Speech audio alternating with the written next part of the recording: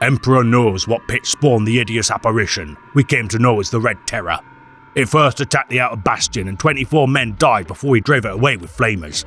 We never even found the bodies of Lieutenant Boreals and Captain Lowe, just a trail of slime that led away from the command post and into the tunnels. It returned the following night, and the slaughter began anew. But this time, we were ready for it. Or so we thought. The Red Terror is a Ravener of Highfleet Kraken. Conducting preliminary reconnaissance and surgical strike maneuvers during 998.1041, 2 years prior to its Highfleet's invasion, this merciless hunter preyed upon the populace of the starport of Devlin Primus.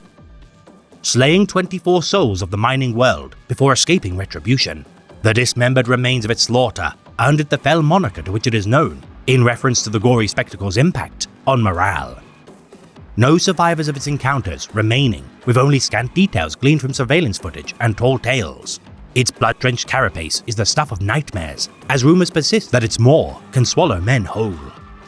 Destroying each search and destroy team sent to track it within the tunnels of Devlin Primus, this towering menace, said to be as large as a Trigon, is so efficient that many call into question whether it is an ancient and experienced foe, or rather multiple beings of similar countenance. Escaping aboard a gigantic ore transport alongside refugees of the world of Adri's Hope during a breach of quarantine. Investigations of the automated landing zone, followed by the sudden lack of communications, discovered something more akin to an abattoir than a voidcraft. Thousands of men, women and children massacred by the Red Terror, so too did their homeworld of origin become a bloodbath, as sightings suggest the Ravener's presence thereafter. Scholars of the Ordo Xenos speculating the Red Terror's actions to have been influenced by the Hivemind's creation of much larger Morlock and Trigon bioforms in order to replicate its characteristics. Whether this forebear of the Ravener breed is still active today remains unknown.